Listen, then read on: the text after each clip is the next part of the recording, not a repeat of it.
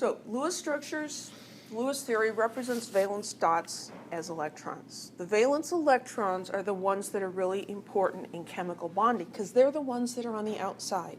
They're on the highest, in the highest principal energy level, and they are the most loosely held. So if any electron is going to come off or get shared, it's going to be the ones on the outside. So what we do is we represent the valence electrons as dots around the element symbol. So let's draw a Lewis symbol for oxygen. So the chemical symbol for oxygen is an O. And how many valence electrons does oxygen have?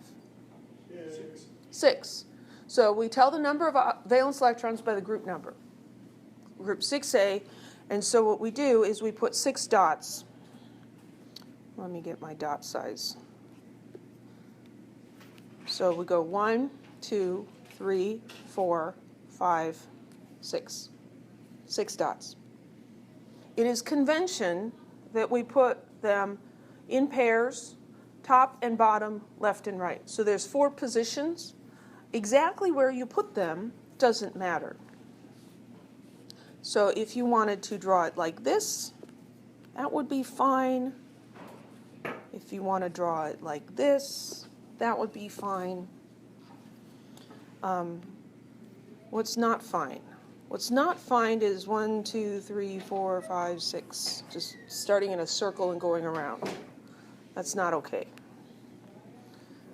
The other thing we don't want to do is we don't want to 1, 2, 3, 4, 5, 6 leave one side completely empty. So that's also not okay. Any questions? So we put a maximum of 2 per side, side meaning right, left, top, or bottom. And that helps us to visualize how many there are. There's several different reasons why we do it, but it's a little bit like dice, right? We recognize the patterns on the dice, and so we don't have to count the dots. When we put them in pairs, top, bottom, left, and right, we can just look at it and see how many dots there are without having to get out our finger and count them. We say that atoms that have 8 valence electrons have an octet. So like if we drew the Lewis symbol for neon, how many valence electrons does neon have? 8. So it'd be 1, 2, 3, 4, 5, 6, 7, 8. That's all just nice and complete. It's got 2 on all the sides. It's an octet. Compounds and elements are going to be more stable if they have an octet of valence electrons. Now, helium is the baby brother of the noble gases, and so he's an exception. Helium's a little guy, and so we do draw helium with 2 electrons on one side because they are paired up, and so he's just kind of an exception to things. And we'll find out that hydrogen is an exception to a lot of these things as well. So the octet rule says that atoms tend to transfer or share electrons to achieve an octet of valence electrons. So they're all trying to get 8 valence electrons. So let's look at potassium and chlorine. So the Lewis symbol for potassium, K, how many valence electrons does potassium have? 1. It has 1. And chlorine has how many? 7. 1, 2, 3, 4, 5, 6, 7. So does either of these fulfill the octet rule? No. Neither of them has 8 valence electrons. But what we can do, or we can envision happening, is here's potassium saying, I need to get rid of this extra electron. I need to find a place for it. Because you can't just leave electrons on the street. You have to find someone to take them for you. You can't abandon them like puppies, right, in an empty field. And chlorine's over here going, man, if I had 1 more electron, I would really be cool. I'd have my octet. I'd look like the noble gases. I'd be in, right? Just need 1 electron. Potassium's like, hey, I've got an electron. Would you take it for me? And chlorine's like, yeah, I'd love to do that. I can do this with atoms. I can't do this with cars. My kids were always, make the cars talk to each other. Okay, so potassium transferred an electron to chlorine. That changes these from atoms to ions. Right? So now potassium has a positive charge, and chlorine has a negative charge. So you can't write them next to each other? Like you can't, so like the dot from potassium would be for chlorine, so you can't just write like K right next to it? We don't generally just write them next to each other for ionic compounds, because we do that for covalent compounds, and that implies that those electrons are being shared. And here they are not being shared. And you could see that, you could imagine with all these dots around here that minus sign could get kind of lost. And so what we usually do is we put brackets around the anion and put its charge on the outside, just to kind of call attention to it. We don't do that for the cations because there's no dots to get messed up there. Now, in case you're wondering, well, why is potassium happy? He doesn't have any dots. Let's look at the electron configuration for potassium. So its electron configuration: 1s2, 2s2, 2p6, 3s2, 3p6, 4s1. When it loses an electron, it loses this 4s electron. So that's gone. Now, what's the valence shell? 8 valence electrons in the third level. That's why potassium ion is happy. It does have 8 valence electrons. Now, why didn't we show those in there? They used to be core electrons. And I think the reason that we don't show them is it would be really confusing if we started with 1 dot on one and 7 on another, and now all of a sudden we have 16 dots when we started out with only 8. So the convention is, for these cations, if they lose their valence electrons, you do not go down and show the core electrons that were underneath. But we understand that they are under there. They need to stir in the next lab for probably like 15 or 20 minutes. Yeah, right? Magnets that do that? We do have magnets that do that, but we don't let students use them because we like to torture them, give them something to do with the glass stirring resin. You guys have fun stirring. Here, you guys go stir. That's when you did that. It's like bring your robot to class. Okay, so let's look at forming a compound between magnesium and nitrogen. So what is the Lewis symbol for magnesium? And how many dots does it have? 2, right? Magnesium has 2 valence electrons. Okay, and then let's use a different color here. This is nitrogen. How many valence electrons does nitrogen have? 5. 1, 2, 3, 4, 5. So magnesium and nitrogen are going to try to figure out how they can both get 8 electrons. Nitrogen says, I need some more electrons. I need 3 electrons. Magnesium says, I need to get rid of 2 electrons. And so what happens? The magnesium is going to give these 2 electrons to the nitrogen. So it loses those. But it's still short one. But it is still short one. The nitrogen is still short. So what has happened to the charge on the magnesium now? Try positive 2. Plus 2. Yeah. And what's the charge on the nitrogen now? Minus 2. Is everybody happy? Happy is getting an octet. Happier. Nitrogen is happier. Magnesium's happy.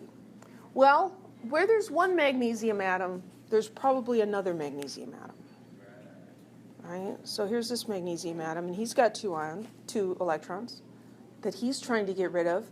And this nitrogen is desperately looking for a third, right?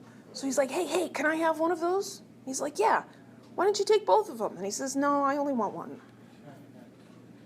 That's literally what they say. So this becomes a nitride ion Why is it 3? because it gained 3 electrons. 1, 2, 3. But why 3 when magnesium has 2? Well, because it wants an octet. It needs to gain 3 electrons to have an octet. It started with 5 valence electrons, and it needs 3 more to get an octet. So we can just do that and just take 3? Yeah. If it can find something that's willing to give them. Now, what's the charge on this magnesium? It's +1, right? So this magnesium's happy, got rid of its valence electrons, so it has that full shell underneath. The nitrogen's happy. Is this magnesium happy? No. Closer to happy. It's closer, but we have to make everybody happy. So, what do we need to help out this magnesium? The magnesium and the chlorine. Chlorine. No, we only have nitrogen and magnesium. Oh, and then nitrogen. We need another nitrogen. So let's bring in another nitrogen. So here's nitrogen, and this nitrogen also has 5 valence electrons. And so this magnesium's like, hey, could you take this electron from me so I can get rid of it? And he's like, sure, I'd be happy to do that. So we get rid of this one, and we put it over here. And now the charge on magnesium is 2+. The magnesium's happy. What's the charge on the nitrogen? -1. Is the nitrogen happy? No. He's still looking for electrons. So bring on another magnesium, right? So here's another magnesium. I need to get rid of 2 electrons. Nitrogen's, hey. Will it ask us to do all these different steps, or will it just ask us? It will not ask you to do all these different steps. I'm trying to show you how it works. You don't have to talk either and record the voices. Magnesium, so, this is like, man, I need 2 electrons. Hey, magnesium, could you give me 2 electrons? You're like, yeah, I really want to get rid of these 2 electrons. So 1, 2, and then that makes this a 3- charge, and that magnesium's a 2+ charge. When 3 magnesium atoms and 2 nitrogen atoms get together, they can transfer electrons in a way that they all end up with 8 valence electrons. That is a lower energy state for them, and so they will do it. We have positive ions, we have negative ions, and they are attracted to each other like magnets. So the formula for the compound is going to be Mg3 and 2. We learned how to do that kind of by rote back, I think, in chapter 3, crisscrossing charges or whatever. But the Lewis model explains better what's going on there. Any questions?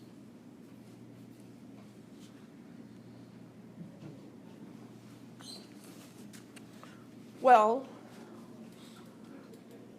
let's think about the actual energy involved here. So we're pulling electrons off of the magnesium. That requires energy.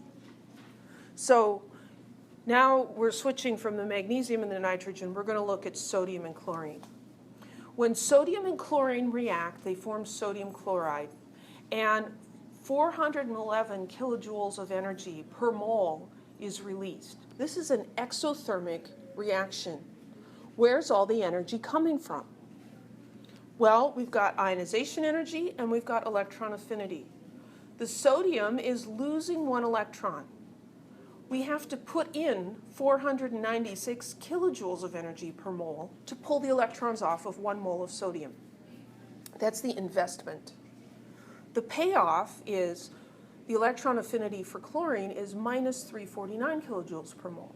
So every time we give electrons to 1 mole of chlorine, it releases 349 kilojoules per mole. But when we add that up, it requires a net investment of 147 kilojoules per mole. So there's got to be something else going on here. How can we release 411 when looking at this, we'd have to put in 147? The missing piece is what's called lattice energy. The lattice energy is the energy associated with the formation of the crystalline lattice of alternating positive and negative charges. So, yes, we're transferring an electron from sodium to chlorine, but then we have this attraction between the positive and the negative charges. And that's what gives us the rest of the energy. As those opposite charges come together, the potential energy is lowered. The lowering of potential energy, that energy has to go somewhere, and it's released as heat. So, important to remember, as much as I personify atoms and say that the sodium wants to lose an electron, the formation of ionic compounds is not exothermic because the metal wants to lose an electron and because the nonmetal wants to gain an electron. The real energy comes when the cation and the anion come together in a lattice and form that compound. It's that attraction between the positive and negatives. That's what's releasing all the energy when these things form.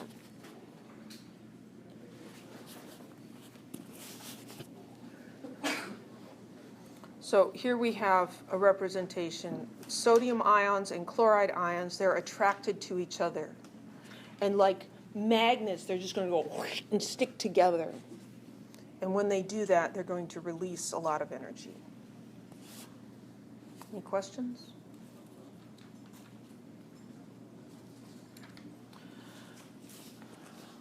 So there's different ways to try to calculate the lattice energy. The easiest way is what's known as the Born-Haber Cycle. A Born-Haber Cycle is a hypothetical series of steps that represent the formation of an ionic compound from its constituent elements. And this is using the idea of Hess's law. Hess's law said that because the change in enthalpy is a state function, how we get there doesn't matter. So if we can find a series of steps where we know the enthalpy changes, then we can just add those up and figure out what this lattice energy is, because otherwise it's very, very difficult to measure. So if we know the overall change in enthalpy, and then we can use Hess's law and choose steps where we know those standard heats of formation, and we can calculate it.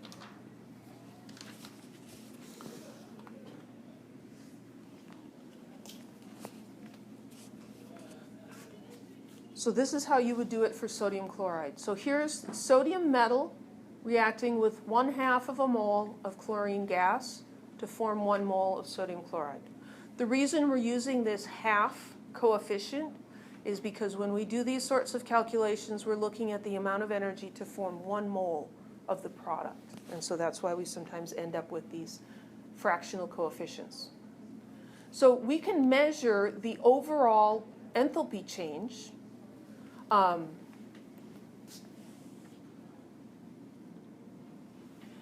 And we can figure out the heats of formation of these different steps. So we can take sodium metal and go to sodium gas, and that's something that can be measured, the enthalpy change. And then we can go from chlorine molecules in the gas state to chlorine atoms in the gas state, and that can be measured. And then we can measure how much energy it requires to ionize the sodium. That's going to be the ionization energy. And then this would be the electron affinity for chlorine, and that's going to be reducing the energy. And then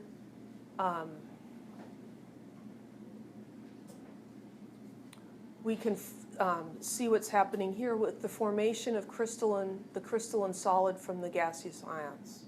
And that's going to be the lattice energy. That's not something we can directly measure, but we can get to this by adding up all these other numbers. Does that make any sense?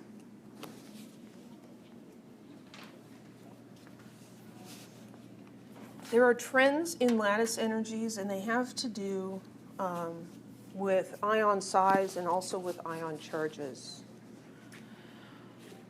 So if we look at the lattice energy for these different chlorides, lithium, sodium, potassium, and cesium chloride, the lattice energies decrease. They become less negative as we go down this group 1A.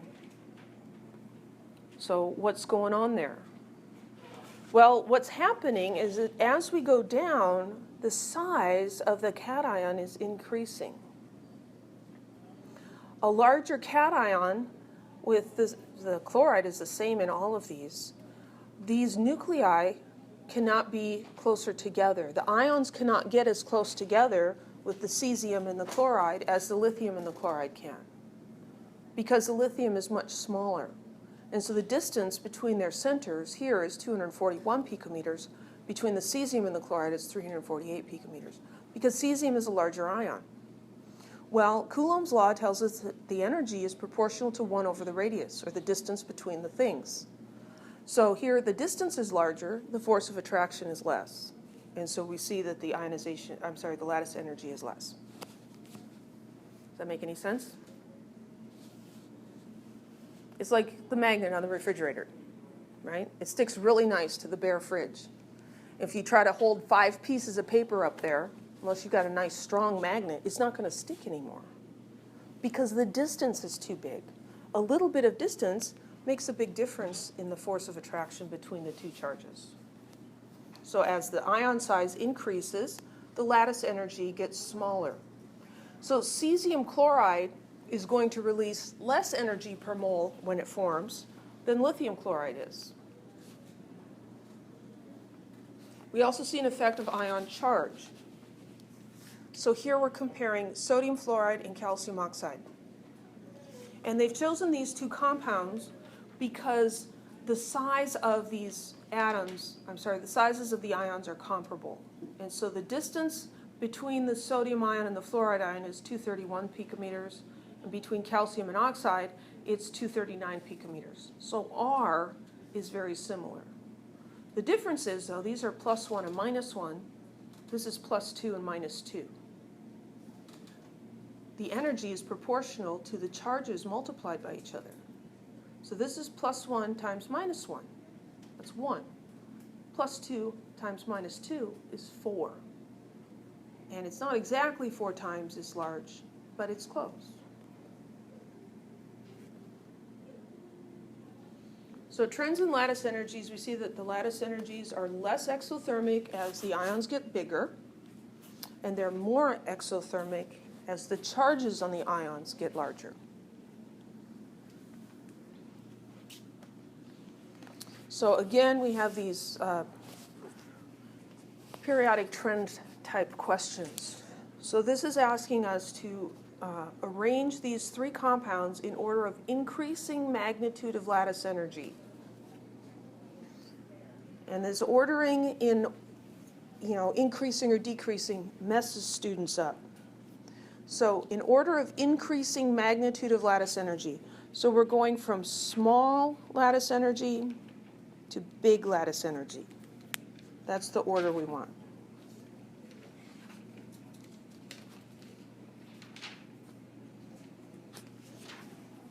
So we need to look at these 3 compounds and figure out what can we do to figure out the order. There's size and there's charge, right? So the charge one is the easiest to pick out. Lithium bromide and potassium iodide are both composed of +1 and -1 ions, right? And calcium oxide is +2, -2. So that effect of the increased charge is big. So this is probably going to have the largest lattice energy because it's +2 and -2. If the sizes are the same, this is going to be 4 times bigger than these guys. So I'm going to put calcium oxide over here with the largest. And we got one in the middle and one on the end. So let's compare these two in terms of size. So here we have lithium and potassium. Which one's bigger? Potassium. Potassium's bigger, and the lithium is smaller. And then let's look at the anions. Bromine and iodine. Which one's bigger? Iodine. The one on the bottom's bigger, and the bromine's smaller. It's opposite of the metallics. That's right. No, the size trend increases as you go down. Oh. Atomic radius increases, ionic radius increases as you go down. So the lithium bromide is the small cation and the small anion. And the potassium iodide is the big cation and the big anion. So which is going to have the larger lattice energy?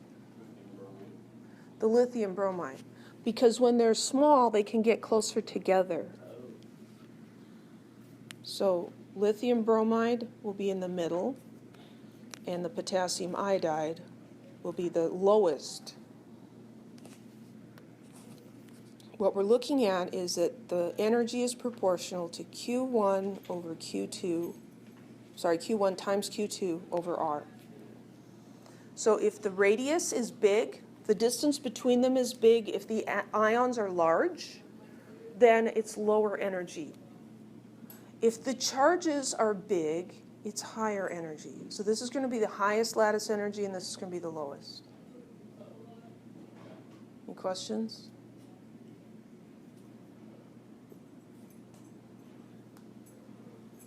Ionic bonding models and reality. So all very nice to talk about this stuff.